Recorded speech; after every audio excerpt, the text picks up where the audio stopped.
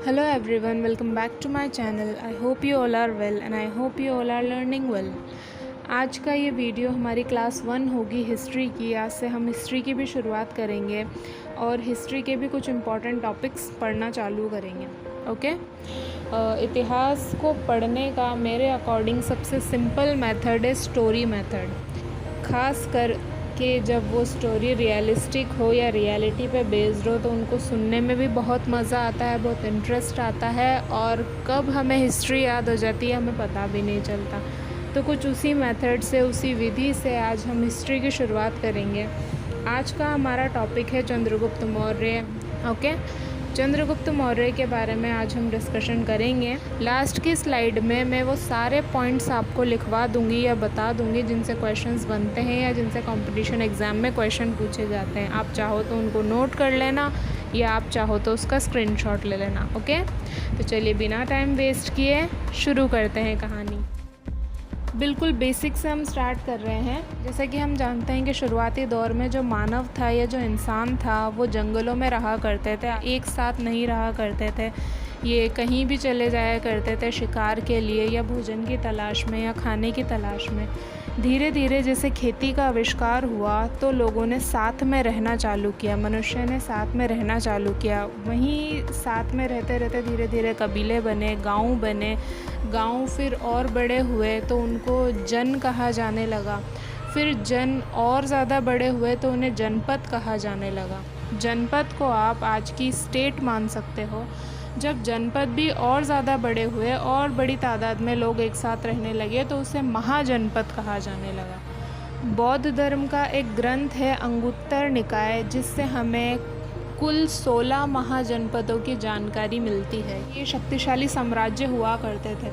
600 से 325 ईसा पूर्व के लगभग इनके होने का हमें पता चलता है या इनके अस्तित्व की जानकारी मिलती है। ओके, अब इन 16 महाजनपदों में भी एक बहुत इम्पॉर्टेंट महाजनपद है जो बहुत ज़्यादा, जिससे हर साल क्वेश्चन आते हैं एग्ज़ाम में, जो कि है मगध महाजनपद। मगध बहुत ज़्यादा इम्पॉर्टेंट है क्योंकि इस पर एक के बाद एक शक्तिशाली वंशों ने या शक्तिशाली राजवंशों ने शासन किया है और उन्हीं वंशों में से एक था मौर्य वंश। अब मौर्य वंश का शासन मगध पर कैसे चालू हुआ, एक कहानी के थ्रू हम समझने की कोशिश करते हैं। बहुत इंटरेस्टिंग कहानी है, कई बार आपने पढ़ी भी होगी।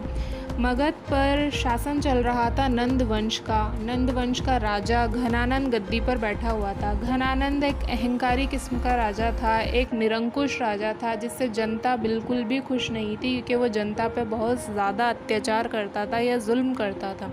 जनता बहुत ज़्यादा परेशान थी उसकी।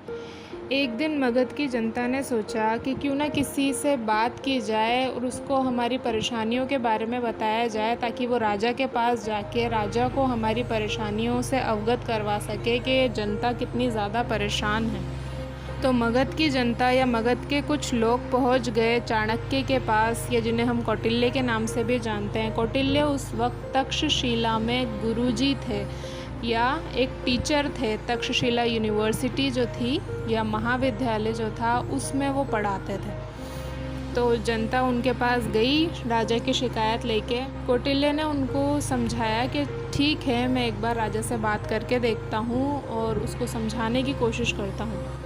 लेकिन कौटिल्य के समझाने का राजा पर कोई फ़ायदा नहीं हुआ क्योंकि जब वो उसको समझाने गए तो उल्टा घनानंद ने अपने घमंड के चलते उनकी बेइज्जती की या उन्हें अपमानित कर दिया। उसी वक्त कौटिल्य ने इस बात का प्रण लिया या ये खुद से वादा किया कि एक दिन वो इस गद्दी पर से इस राजा को हटाएंगे और इसका शासन मगध पर से ख़त्म करेंगे। इसी सोच में जब वो वापस जा रहे थे तक्षशिला की तरफ, तब उन्हें रास्ते में एक बच्चा खेलता हुआ नज़र आया। वो राजकिलम नाम का एक खेल खेल रहा था जिसमें कि वो राजा की भूमिका में था या राजा बना हुआ था और दूसरे जो बच्चे थे उनको आदेश दे रहा था। उसी वक्त कौटिल्य के दिमाग में ये बात आई कि यही बच्चा है जो आगे जाके मगध का राजा बन सकता है। वो बच्चा चंद्रगुप्त मौर्य था। कौटिल्य ने 1000 काशार्पण होता है चांदी के सिक्के। कौटिल्य ने 1000 काशार्पण में उस बच्चे को वहाँ से ख़रीदा और उसको अपने साथ लेके चला गया तक्षशिला। और तक्षशिला में ही उसको शिक्षा दी और एक राजा की तरह तैयार किया। चंद्रगुप्त मौर्य ने 322 ईसा पूर्व में 25 साल की उम्र में मगध घनानंद से हत्या लिया। उसने घनानंद को पराजित कर दिया, हरा दिया और मगध की गद्दी पर बैठ के मौर्य वंश की स्थापना की या मौर्य वंश की नींव रखी उसने। चंद्रगुप्त ने सिर्फ मगध को ही नहीं हत्याया था, उसने मगध का और ज़्यादा विस्तार भी कर दिया था। बहुत बड़ा उसने साम्राज्य और बहुत शक्तिशाली उसने साम्राज्य की स्थापना की थी, क्योंकि उसके साथ कौटिल्य थे। कौटिल्य की कूटनीति थी, उनका दिमाग था। इसके बाद दो ऐसी और इम्पॉर्टेंट घटनाएं हुई हैं या दो ऐसी और घटनाएं हुई हैं जो एग्ज़ाम में पूछी जाती हैं, हम उनको भी डिस्कस कर लेते हैं। 305 ईसा पूर्व में यूनानी शासक सेल्यूकस निकेटर से चंद्रगुप्त मौर्य का युद्ध हुआ और सेल्यूकस निकेटर उसमें पराजित हो गया। यूनान का शासक था ये। सेल्यूकस निकेटर को जब चंद्रगुप्त मौर्य ने हराया तो सेल्यूकस उससे इतना ज़्यादा प्रभावित हुआ कि उसने अपनी बेटी की शादी चंद्रगुप्त मौर्य से करने का प्रस्ताव रख दिया। शादी तो उसने की ही, इसके साथ साथ उसने दहेज में चंद्रगुप्त मौर्य को कई सारे प्रदेश भी दिए। उसने पूर्वी अफगानिस्तान दे दिया, बलूचिस्तान दे दिया और सिंधु नदी के पश्चिम का क्षेत्र चंद्रगुप्त मौर्य को दहेज में दे दिया। चंद्रगुप्त मौर्य ने भी खाली हाथ सेल्यूकस को नहीं भेजा। चंद्रगुप्त मौर्य ने 500 हाथी उसको भी उपहार में दिए। इसके अलावा सेल्यूकस ने अपना एक राजदूत चंद्रगुप्त के दरबार में भेजा जिसका नाम था मेगस्थनीज। मेगस्थनीज ने एक किताब लिखी जिसका नाम था इंडिका। उसकी इंडिका से हमें मौर्य वंश की बहुत सारी जानकारी मिलती है। इसके अलावा एक घटना और हुई। चंद्रगुप्त मौर्य जो था वो जैन धर्म को मानने वाला था, जैन धर्म का अनुयायी था। 300 ईसा पूर्व में उसी के शासन काल में पाटलिपुत्र में एक जैन संगति हुई और उस जैन संगति में जो जैन धर्म है वो दो भागों में बट गया या दो भागों में विभाजित हो गया, जो आज तक भी हैं, श्वेतांबर और दिगंबर। ये क्वेश्चन भी कई बार आ जाता है कि श्वेतांबर और दिगंबर दो शाखाओं में जैन धर्म का विभाजन किसके समय हुआ था? तो चंद्रगुप्त मौर्य के समय हुआ था, 300 ईसा पूर्व के लगभग। और फिर जब वो जैन धर्म में आ गया था तब 298 ईसा पूर्व या 298 BC में श्रवणबेलगोला जो मैसूर में एक स्थान है, वहाँ पर उसने अपना शरीर त्याग दिया। चंद्रगुप्त मौर्य ने अपना शरीर त्याग दिया एक पद्धति से जिसे हम सल्लेखना पद्धति के नाम से जानते हैं। इसमें क्या होता है, इसमें इंसान उपवास रखता है जब तक कि उसके प्राण ना निकल जाए, जब तक कि उसकी मृत्यु ना हो जाए तब तक वो उपवास रखता है, या आमरण उपवास कह सकते हैं आप इसको। तो इसको सल्लेखना पद्धति के नाम से जानते हैं। ओके, 298 में मृत्यु हो गई थी चंद्रगुप्त मौर्य की।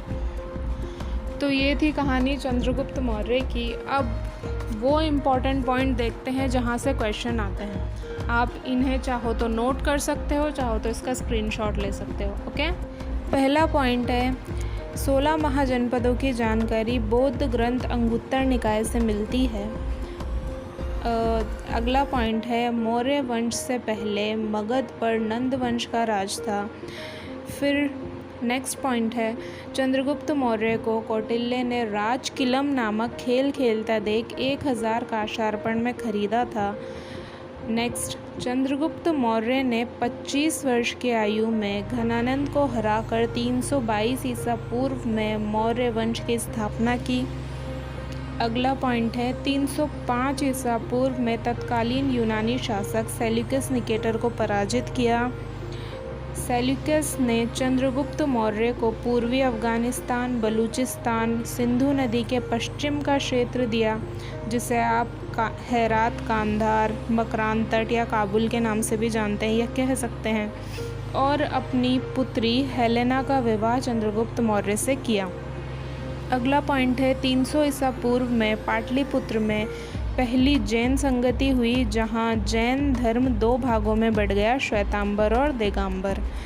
और लास्ट पॉइंट है 298 ईसा पूर्व या 298 BC में श्रवणबेलगोला नामक स्थान पर सल्लेखना पद्धति से चंद्रगुप्त मौर्य ने अपने प्राण त्यागे। ओके, तो ये कुछ पॉइंट हैं जो चंद्रगुप्त मौर्य के टॉपिक से निकल कर आते हैं, जिनसे क्वेश्चन बनते हैं। तो ये थी आज की वीडियो। अच्छा, आप में से अक्सर का सवाल होता है कि मैम आप इतने ज़्यादा पिक्चर्स की यूज़ करते हो वीडियोज़ में, या इतने ज़्यादा फ़ोटोज़ की यूज़ करते हो। तो इसका आंसर मैं अपने चैनल में फ़र्स्ट वीडियो में ही दे चुकी हूँ। मैंने बताया था आपको पहले भी कि हमारा जो दिमाग होता है, इंसान का जो दिमाग होता है, वो शब्दों की भाषा को नहीं समझता, वो पिक्चर्स की लैंग्वेज को समझता है। और इस पेज को बनाने का मकसद मेरा यही है कि मैं आपको सिर्फ इन्फॉर्मेशन नहीं दूं किसी भी टॉपिक के बारे में, चीज़ें आपके दिमाग में बिठाने की कोशिश करूं, कॉन्सेप्ट क्लियर करने की कोशिश करूं। आप भी ज़्यादातर यही कोशिश किया कीजिए कि शब्दों की भाषा अपने दिमाग को पढ़ाने के बजाय पिक्चर्स की लैंग्वेज पढ़ाएं। आप ही में अक्सर की ये प्रॉब्लम होती है, या ये सवाल करते हैं कि मैम हमें चीज़ें याद नहीं रहती, या हम चीज़ें बार बार भूल जाते हैं। तो उसके पीछे रीज़न यही है कि आप अपने माइंड को बार बार शब्दों की भाषा पढ़ाने की कोशिश करते हैं, इसलिए आप भूल जाते हैं। ज़्यादा टाइम तक चीज़ें आपके दिमाग में रहती नहीं हैं। अगर आप शब्दों के बजाय उसे पिक्चर्स की लैंग्वेज पढ़ाएंगे तो ज़्यादा टाइम तक चीज़ें आपके दिमाग में रहेंगी। जैसे कि हम कोई मूवी देखने जाते हैं, वो मूवी हम फर्स्ट टाइम देखते हैं, लेकिन 3 घंटे की मूवी की स्टोरी हमें याद रह जाती है एक बार देखने के बाद ही। लेकिन क्या उस मूवी का हर एक डायलॉग हमें याद रहता है? नहीं रहता। वो मूवी की स्टोरी याद करने में हमें कोई मेहनत करने की ज़रूरत नहीं पड़ी, लेकिन उसके डायलॉग्स याद करने में हमें मेहनत करने की ज़रूरत पड़ेगी। तो यही इस चीज़ का एग्जाम्पल है कि हमारा दिमाग पिक्चर्स की लैंग्वेज को जल्दी कैच करता है, जल्दी समझता है, और शब्दों की भाषा याद करने में हमें काफ़ी मेहनत भी करनी पड़ती है, और वो ज़्यादा देर तक हमारे दिमाग में रहती भी नहीं है। ओके, आज का वीडियो आई होप कि आपको पसंद आया होगा, समझ आया होगा। If you liked my video, please like, share and subscribe. Thank you.